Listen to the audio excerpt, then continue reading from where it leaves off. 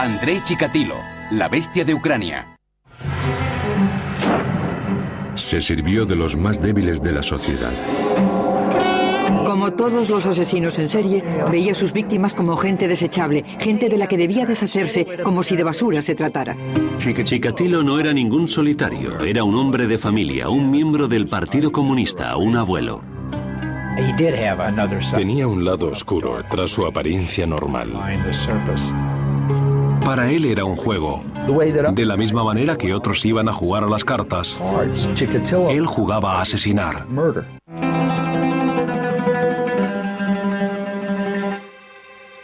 Rostov del Don, Rusia, octubre de 1982. Un destacamento especial busca desesperadamente a un asesino en serie. La investigación había comenzado 4 meses antes cuando se encontró el cuerpo sin vida de una niña de 13 años en una sombría zona de bosque.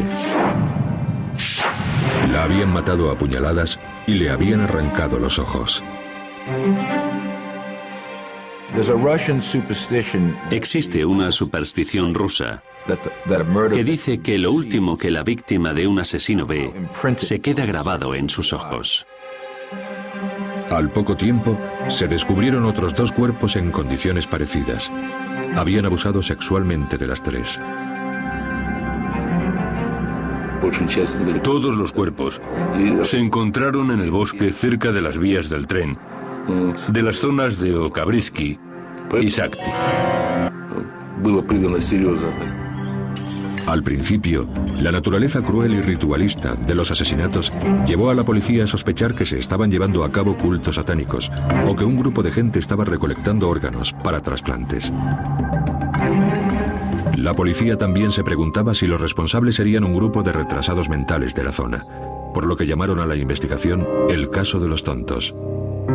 Ninguna de estas teorías resultaron ser ciertas. En la era soviética, los investigadores locales no estaban preparados para entender la naturaleza tan cruel de los asesinatos. Nunca se habían encontrado con un caso de este calibre y eran reacios a admitir que este tipo de cosas podían suceder en un estado comunista. Lo único que podían hacer era recopilar pruebas. Hicimos un trabajo muy escrupuloso, que fue desde la identificación de los cuerpos hasta las pruebas forenses de los restos. A pesar de sus esfuerzos, el número de asesinatos aumentaba. En 1984 habíamos encontrado un total de 23 cuerpos. Algunos de los cadáveres eran recientes, lo que nos ayudó a hacernos una idea de las heridas de las víctimas y del comportamiento del asesino en la escena del crimen. Muchas de las víctimas eran chicas y chicos jóvenes que habían sido encontrados en los bosques de los alrededores de Rostov. Todos habían sido mutilados. En algunas de las víctimas se podía ver aún el reflejo del horror en sus ojos. Fue muy duro porque la mayoría eran niños, con el pecho y el vientre cortado. Era horrible. En muchos casos, estaba claro que había arrancado con los dientes partes de los cuerpos.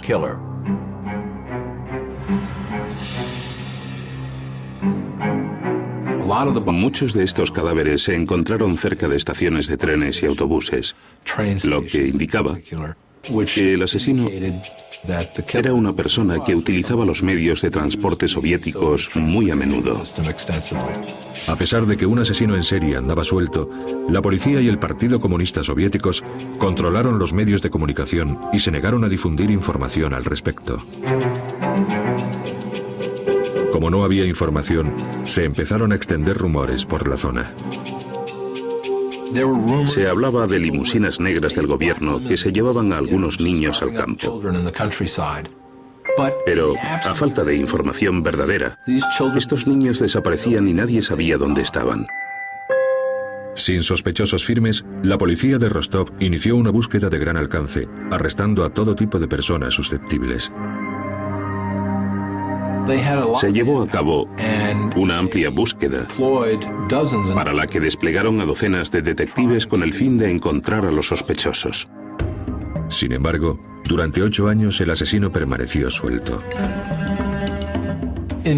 Al principio, sus víctimas tendían a ser mujeres de dudosa reputación, pero con el tiempo empezó a asesinar a chicos, niños inocentes y cualquiera al que pudiera atraer y matar.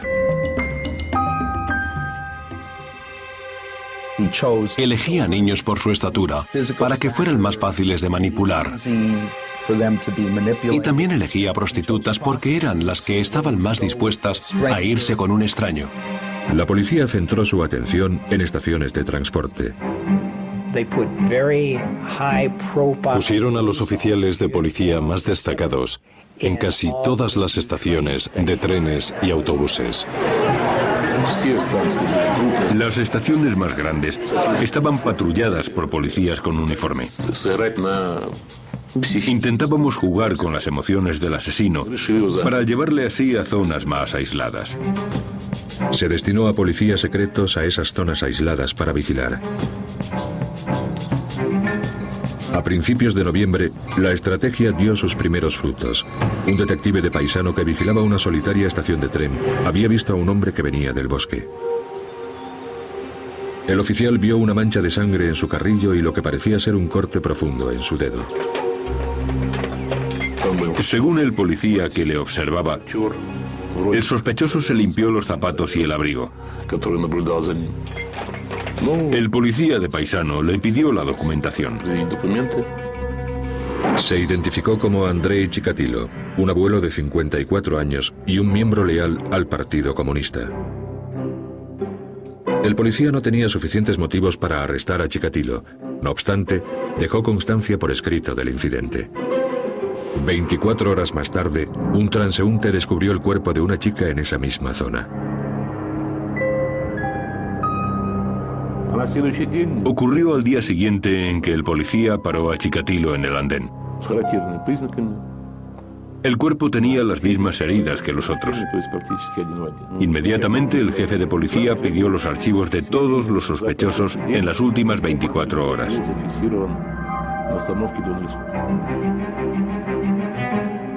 El 20 de noviembre de 1990, Andrei Chikatilo fue detenido en un mercado de Rostov. Los investigadores grabaron el arresto en vídeo. Había salido del bar con una cerveza e intentó establecer contacto con un chico. Sospechamos que podía intentar llevarse al chico con él, por lo que arrestamos a Chikatilo. Chikatilo era sospechoso de haber cometido más de 30 asesinatos. Sin embargo, la policía no tenía ningún testigo presencial ni pruebas concluyentes. Los detectives necesitaban desesperadamente pruebas de su culpabilidad. Necesitaban una confesión. Querían una confesión. Cuando lees Crimen y Castigo de Dostoyevsky, te das cuenta de la importancia de la confesión en la cultura rusa. Pronto, Andrei Chikatilo revelaría detalles escabrosos sobre sus 12 años como depredador sexual. Fue un relato que sobrecogió a toda una nación. En los anales del crimen, Andrei Chikatilo es, sin duda, uno de los asesinos más sádicos. Sin embargo, consiguió escapar de la policía durante más de 12 años.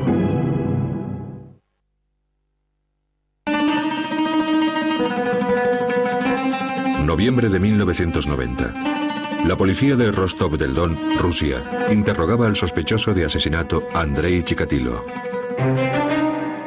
Durante 12 años, un sádico asesino había violado y matado a docenas de mujeres y niños. Las autoridades estaban convencidas de que Chikatilo era culpable. Pero este padre de 2 niños no lo admitía. Por ley, las autoridades tenían 10 días para inculpar a Chikatilo de los asesinatos. De otra manera, tendrían que ponerlo en libertad. En el 9º día, pedimos al psiquiatra Bukhanovsky que hablara con Chikatilo en privado. Pasó el día entero con él, desde muy temprano hasta muy tarde. Las técnicas que empleó el psiquiatra Aleksandr Burkanovsky fueron muy diferentes a los interrogatorios policiales.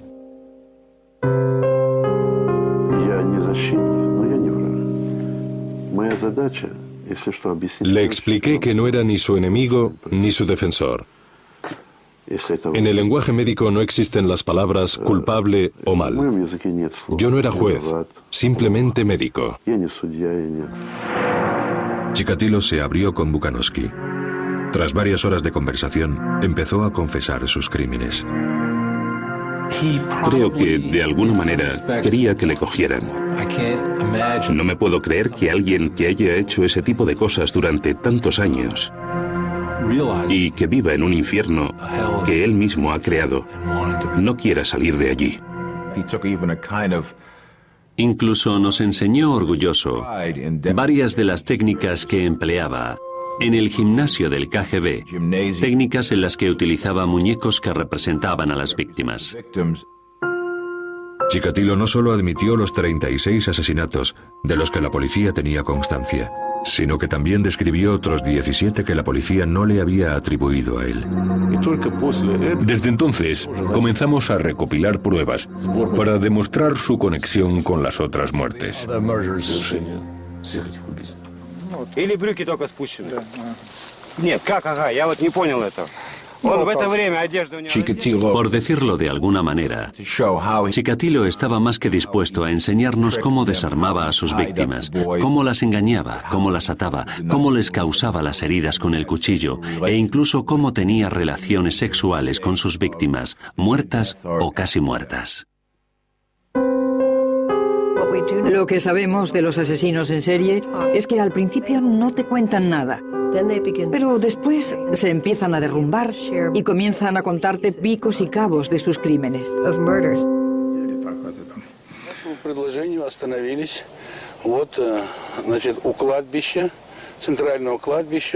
La tarde del 7 de diciembre de 1990, la policía llevó a Chikatilo a la localidad de Shakti.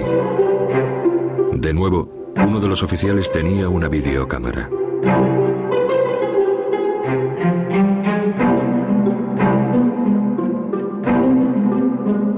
Caminando entre las lápidas de un pequeño cementerio, Chikatilo les llevó hasta una tumba poco profunda y sin nombre.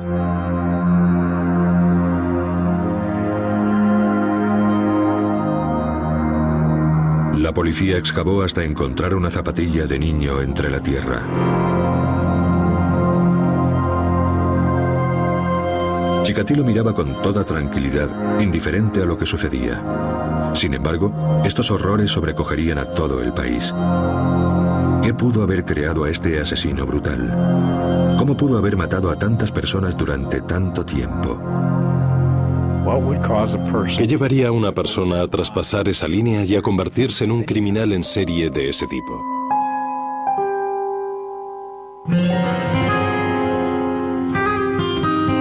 Andrei Romanovich Chikatilo había llevado una vida de violencia y degradación humana. Nació en 1936 en la localidad ucraniana de Yablosnoya. Joseph Stalin gobernaba la Unión Soviética con mano dura y la hambruna devastaba al pueblo ucraniano. Había mucha escasez de comida en Ucrania, en parte por los estragos de la guerra y también por las políticas agrarias de Stalin. Bajo el estandarte del colectivismo, Stalin obligó a los pequeños agricultores a dar sus cosechas enteras al Estado para ser distribuidas a nivel nacional, a pesar de que en Ucrania la gente se moría de hambre. Hubo brotes de canibalismo en Rusia por el simple hecho de que se morían de hambre. Las noticias sobre el canibalismo se hicieron tan frecuentes que pasaron a formar parte de la cultura popular. Una historia típica de canibalismo familiar era: han arrestado a mi tía porque invitó a un amigo a cenar y encontró yemas de dedos en la sopa. De niño, la madre de Andrei le contaba un macabro cuento sobre algo horrible que ocurrió justo antes de que él naciera. Su madre le contaba a menudo que a su hermano mayor se lo habían comido en los tiempos de hambruna. Siempre le decía: no salgas a jugar de noche porque te comerán como a tu hermano Stepan. La práctica de canibalismo con su hermano fue imposible de confirmar, pero los psiquiatras especulan con que Chikatilo podría haber sufrido un trauma por otro crimen, una agresión a su madre. Su hermana nació en 1943, cuando los alemanes ocupaban parte de Ucrania. Y supuestamente, su padre servía al Ejército Rojo en aquella época, por lo que es muy poco probable que volviera al hogar familiar y dejara embarazada a su madre. Por tanto, puede que viera a algún soldado alemán violar a su madre. Otro golpe tremendo para un Andrei de 13 años fue la suerte de su padre, al que hicieron prisionero los nazis.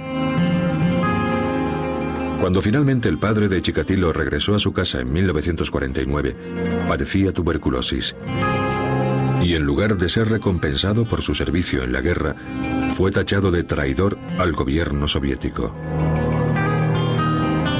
En tiempos de guerra, para ser alguien respetable había que ganar o morir. No había otra forma.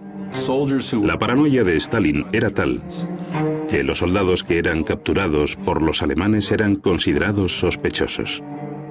A pesar de que el Partido Comunista había convertido al padre de Andrei en un marginado, la devoción de Andrei al Estado era tal que se afilió en las Juventudes Comunistas cuando era muy joven. Chikatilo era muy sincero en cuanto a sus creencias. Era un comunista declarado. Pero con la llegada de la pubertad, el joven Andrei se dio cuenta de que no era como los otros chicos. No se llegaba a integrar y se sentía humillado y avergonzado por su poca destreza sexual. Su círculo social estaba formado por chicos más jóvenes que él, con los que se sentía más cómodo porque le entendían mejor. Y también estaba a gusto con gente mayor porque le consideraban un buen chico. De adolescente le gustaban las chicas, pero se sentía humillado cuando era incapaz de realizar el acto sexual. En la cúspide de su atractivo físico, inició una relación con una chica del pueblo. Pero su impotencia destrozó dicha relación y se convirtió en objeto de habladurías. Fue otro insulto más a la frágil imagen que tenía de sí mismo, y también un descubrimiento que le atormentaría el resto de su vida.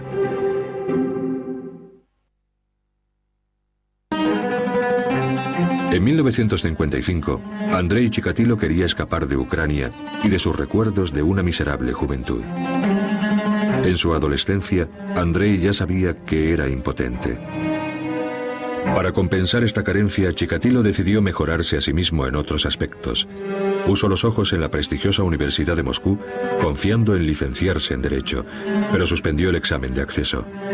Decepcionado, ingresó en una escuela de formación profesional. Quería verse a sí mismo como una persona que había estudiado mucho y que tenía una carrera universitaria y no solo algunos logros insignificantes. Eso fue otro intento para ser aceptado. Otro intento de encubrir al verdadero Chikatilo. En 1963, cuando tenía 28 años, se casó animado por su hermana. Vivía con su hermana y con una amiga soltera de esta. Chikatilo y la amiga empezaron a compartir habitación y como no tenían nada mejor que el uno al otro, se casaron. Su nueva mujer, Feodosia, era una chica de 24 años, hija de minero. Al menos, había encontrado a una persona con la que comunicarse y relacionarse, y con la que tener una relación emocional aparentemente normal. Nunca pudo llegar a tener relaciones sexuales normales con su mujer, pero a través de un proceso de masturbación e inseminación pudieron concebir. En 1965 lo consiguieron. Tuvieron a su hija, Liuda, y 4 años después a su hijo, Yura. Chikatilo encontró trabajo como técnico de comunicaciones, pero continuó con sus estudios hasta licenciarse en marxismo-leninismo, ingeniería y literatura rusa. La familia vivía en un anodino bloque de pisos. Para lo que era Rusia entonces, Llevaba una vida agradable. Aparentemente Andrei era un buen marido y un buen padre. Feodosia no tenía de qué quejarse. Ella debía pensar, es miembro del Partido Comunista, trae dinero a casa, no es un borracho y no me maltrata. Y estas dos últimas cosas le diferenciaban de la media soviética favorablemente. Lo que todo el mundo veía era su matrimonio, sus hijos, su afiliación al Partido Comunista. Pero esa no era su verdadera personalidad. Chikatilo se había construido una modesta pero respetable fachada exterior. Sin embargo, en su interior estaba tremendamente frustrado. Por supuesto que su impotencia le encolerizaba en gran medida, y de ahí que necesitara sentirse superior, por eso tenía 3 carreras universitarias. Creo que impotente es el adjetivo que mejor describe la vida de este hombre. En 1970, Chikatilo aceptó un trabajo en un instituto. Este hombre de 34 años esperaba ser aceptado y respetado como profesor. Sin embargo, lo único que encontró fue humillación. Sus alumnos no le tomaban en serio, se negaban a comportarse bien e incluso fumaban delante de él en la clase. No era una persona que se hiciera respetar en una clase llena de niños. Y siempre se burlaban de él. Sus alumnos le llamaban el ganso. Y ganso en ruso también es una especie de memo. No inspiraba ningún respeto. Y lo que era peor, Chikatilo se ponía furioso al ver a los jóvenes enamorándose a su alrededor y, según él, teniendo relaciones sexuales. Una de las cosas que quería cambiar y que no podía era su impotencia sexual. Sentía que el mundo había cometido una tremenda injusticia con él.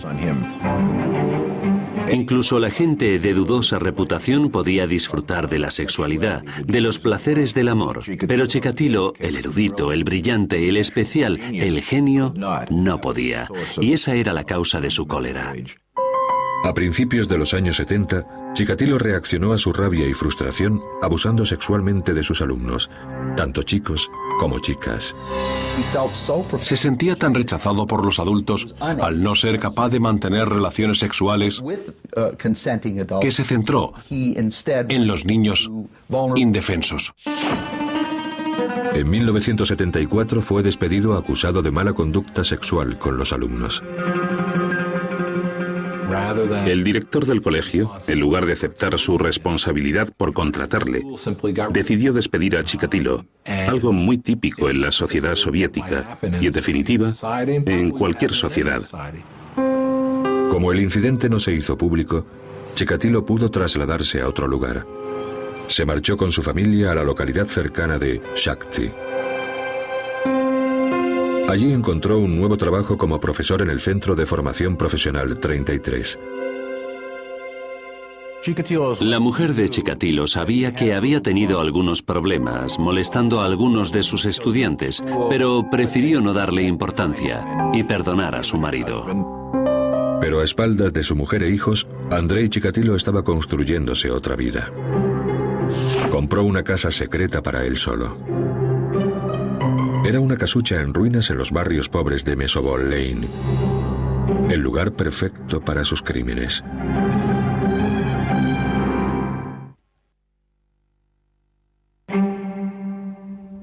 En Shakhty, Rusia, Andrei Chikatilo tenía la imagen de un abnegado padre de familia. Sin embargo, su fuero interno estaba lleno de deseos oscuros y criminales. En 1978 empezó a llevar a la práctica dichos sentimientos. Primero, se hizo con una casucha en un barrio marginal. En diciembre llevó allí a una niña de 9 años. Su nombre era Yelena Sakhotnova.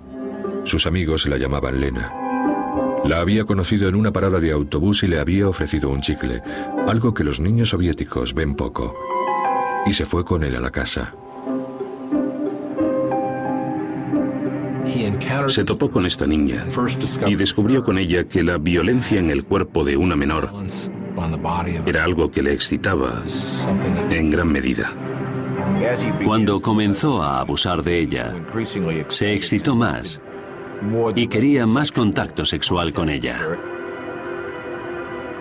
Como no podía mantener relaciones sexuales con ella, usó el cuchillo en su lugar. En ese momento descubrió que el asesinato era su pasión. Después de esto, se empezó a conocer una faceta nueva de sí mismo. Luego, llevó a Lena al cercano río Grusevska. Puso su cuerpo en el agua y tiró también su mochila.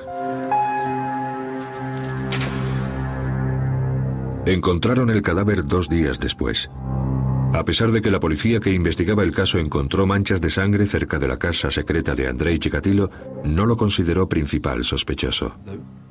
El problema era que no tenía antecedentes penales, que era miembro del Partido Comunista y que tenía mujer e hijos. Por tanto, no encajaba en el perfil de los criminales. En lugar de centrarse en Chikatilo, la policía encontró a un sospechoso más apropiado, un hombre de la localidad que había estado en la cárcel por violación. Después sería condenado y ejecutado. Habiendo asesinado por placer, Andrei Chikatilo fue capaz de borrar el sentido de impotencia que le había atormentado toda su vida.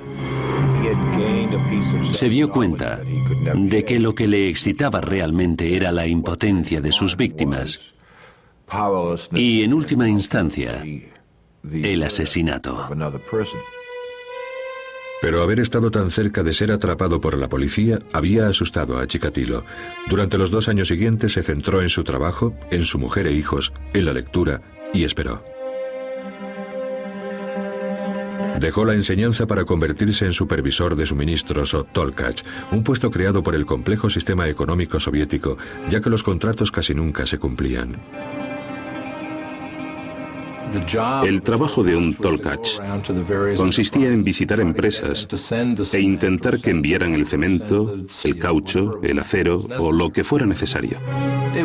Para él era normal viajar durante varios días para ir a las empresas de suministros y no tenía ningún tipo de supervisión.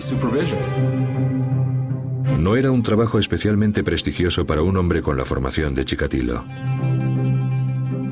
Iba en tren a las distintas fábricas, intentando mantener una imagen de ciudadano soviético consciente de sus deberes. Tenía un conflicto interno. No creo que se conformara pensando, soy el mal personificado. Más bien pensaría, mis pensamientos y mis deseos no son saludables, no son buenos. En el caso de una persona como Chikatilo, la brillantez y la fuerza le venían dadas por su disciplina para mantener las 2 mitades de su personalidad totalmente separadas. Durante más de 2 años, Chikatilo pudo controlar sus instintos asesinos, pero finalmente su lado oscuro resurgió. El 3 de septiembre de 1981, al pasar por una biblioteca de Rostov del Don, vio a Larisa Tachenko de 17 años. La convenció para que le acompañara al río Don y después la condujo al bosque. De nuevo, Chikatilo fue incapaz de mantener relaciones sexuales, pero recordó lo que le había satisfecho 2 años antes en su casa secreta de Mesoboy Lane. Intentó violar a la chica, pero fue incapaz, por lo que Chikatilo sacó toda la rabia que tenía dentro de sí. El sexo era el vehículo, pero la necesidad básica era sentir poder sobre sus víctimas. Chikatilo asesinó con más brutalidad que nunca. Apuñaló a su víctima una y otra vez y después la mordió salvajemente. Estaba saldando cuentas.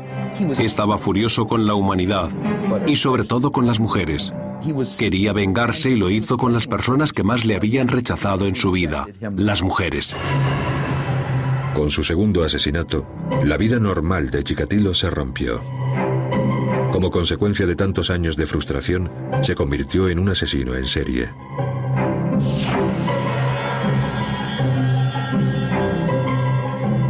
Era un hombre impotente. ¿Qué significa la palabra impotente? significa que no tiene poder. Por tanto, cuando estaba con niños o con mujeres, lo esencial para él era la dominación física y el control sobre sus víctimas. La satisfacción se mezcló con la rabia y la hostilidad, y llegó un momento en que no las pudo separar. Matar le excitaba cada vez más, e incluso llegaba a eyacular espontáneamente mientras mutilaba a sus víctimas. Después, cortaba partes del cuerpo de la víctima. Chikatilo admitió hacer incisiones, sacar úteros, aunque no confesó que también se los comía. Solo dijo, me gustaba mordisquearlos. Eran tan rosas y blanditos. Esas fueron sus palabras. Lo que había empezado como una búsqueda de satisfacción sexual se había convertido en numerosos asesinatos, los peores de la historia rusa.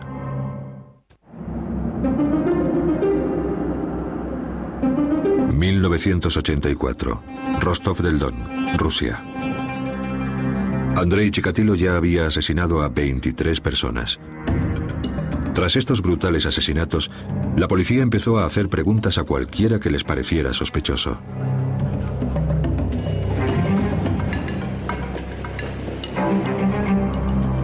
El 13 de septiembre, 2 detectives de Rostov vieron a un hombre de 1,80 m de estatura con una gorra negra de pelo. Estaba intentando entablar conversación con una chica. Decidimos no arrestarle allí mismo, para seguirle y ver qué hacía. Los oficiales seguían a Chikatilo cuando abordaba a las chicas. Pero un día vieron tocando a una prostituta en una solitaria estación de tren.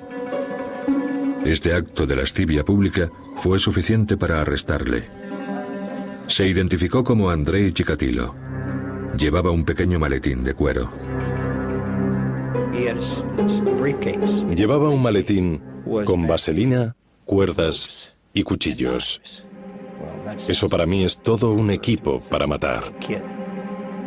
Tras interrogar a Chikatilo, los investigadores descubrieron que era un abnegado padre de familia y también un miembro leal al Partido Comunista. Finalmente fue puesto en libertad. Estaban buscando a un asesino joven con antecedentes penales, alguien que encajara en el perfil de pervertido. Tenía pelo canoso, gafas gruesas, era alto y delgado y tenía barriga. Físicamente era normal y corriente, un soviético más. Además, los laboratorios de la policía fueron poco eficientes con sus análisis de sangre, que era lo que podía haberle vinculado con los crímenes. La policía rusa se encontraba en la Edad Media por lo que respecta a la tecnología y al nivel organizativo. Y normalmente, las muestras de sangre y esperma se perdían. Eso es un ejemplo de las carencias de la ciencia y de las capacidades productivas soviéticas. Chikatilo era libre para matar de nuevo. La policía estaba deseando poner fin a los crímenes, por lo que decidieron probar una técnica criminológica estadounidense: los perfiles psicológicos. El psiquiatra Alexander Bukanovsky fue contratado para crear un retrato psicológico del asesino.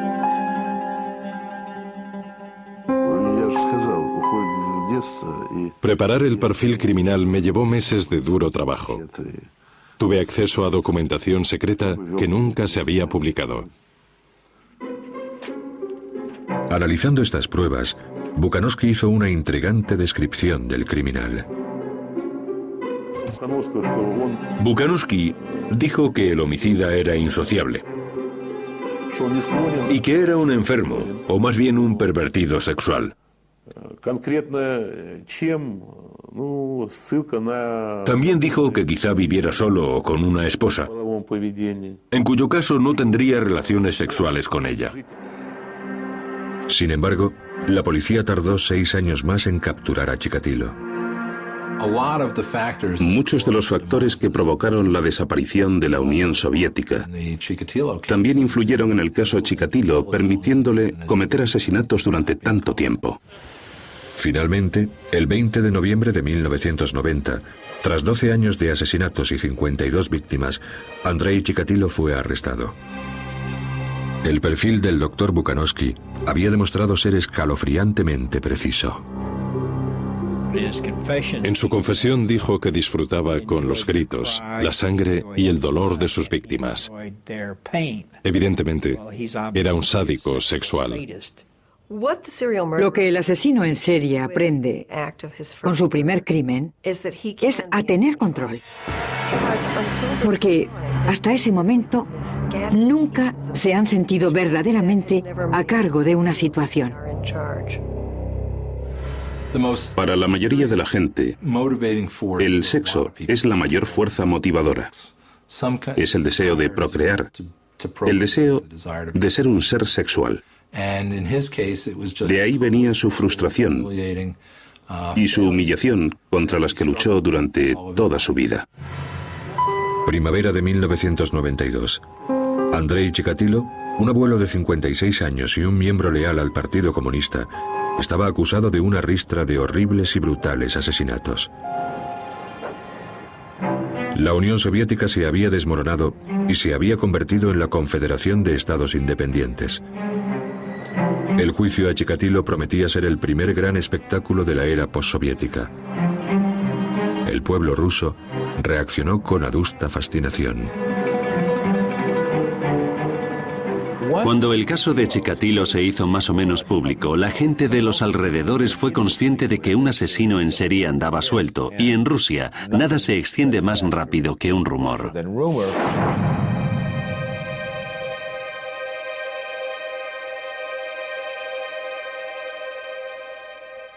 Pronto empezarían a llamar a Chikatilo el carnicero de Rostov.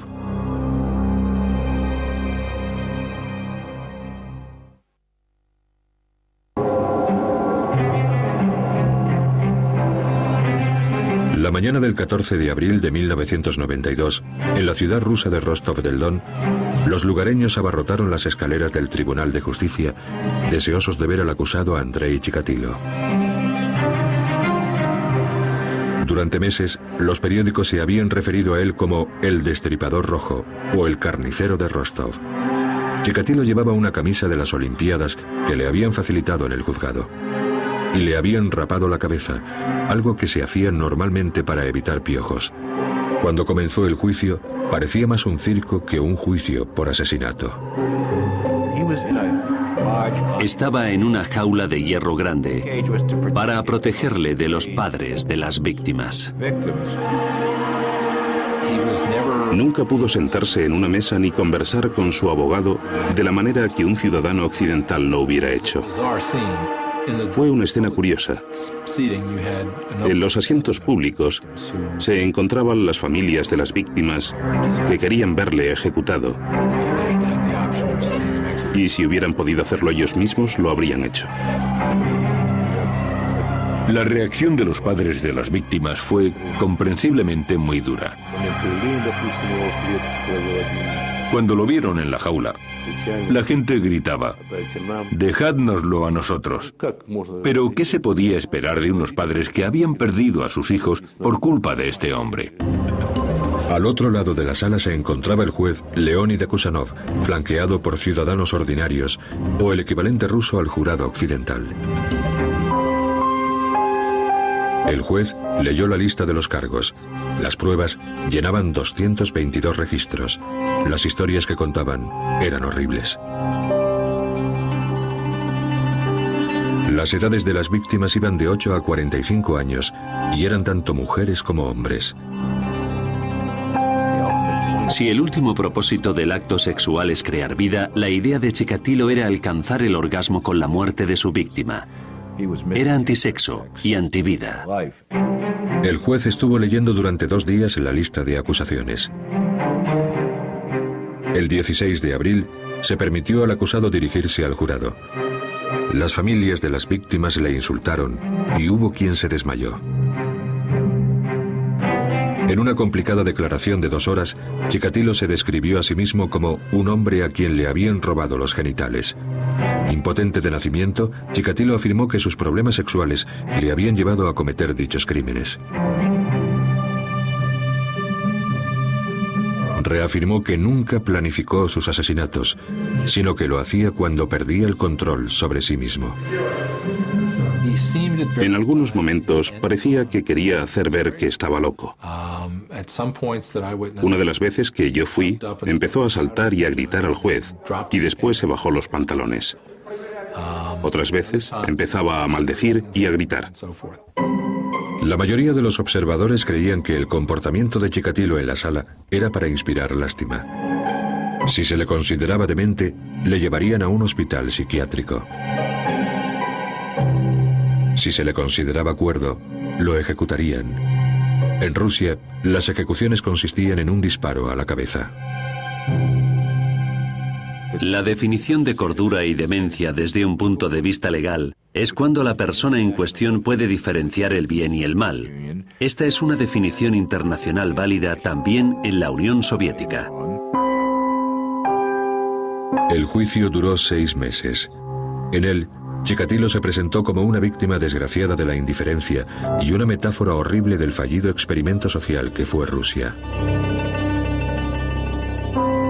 En su defensa, culpó a Stalin, a sus padres, al canibalismo provocado por la hambruna, al Partido Comunista e incluso a su tipo de sangre. La acusación llegó a afirmar que Andrei Chikatilo era el asesino más calculador y diabólico de todos los tiempos. Sus crímenes fueron nauseabundos, pero yo no creo que fuera un enfermo mental ni un demente. Era una mala persona, pero no estaba loco. Era muy astuto, pero no loco. El 14 de octubre de 1992 sería el día en que se reconoció a Andrei Chikatilo como un asesino en serie. El juez Leonid Akusanov tardó 2 meses en escribir la sentencia final. Todo el mundo sabía que le iban a condenar. Y todo el mundo conocía la sentencia, pero había mucho interés en seguir todo el proceso.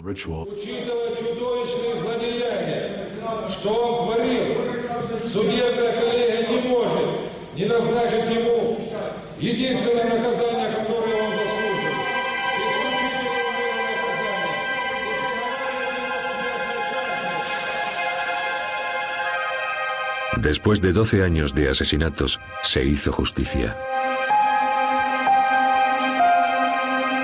El 15 de febrero de 1994, Andrei Chikatilo fue acompañado por los pasillos de la cárcel de Rostov a una celda privada donde lo ejecutaron con un disparo en la cabeza.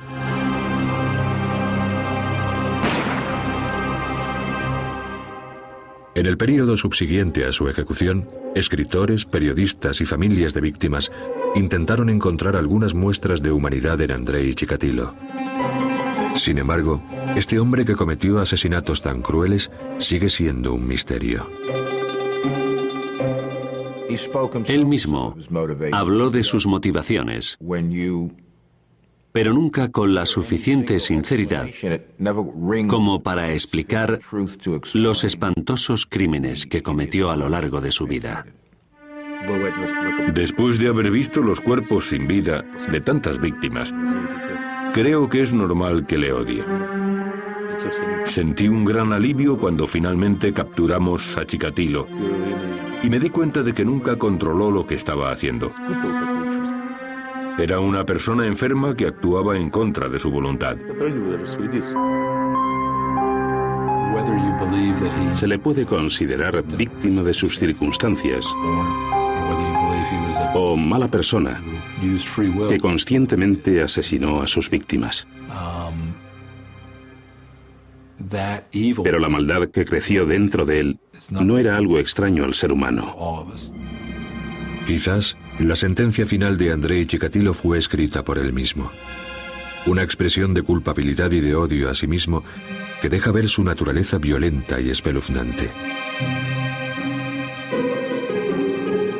Y ahora, mi cerebro debería hacerse pedazos y examinarse para que no haya otros como yo.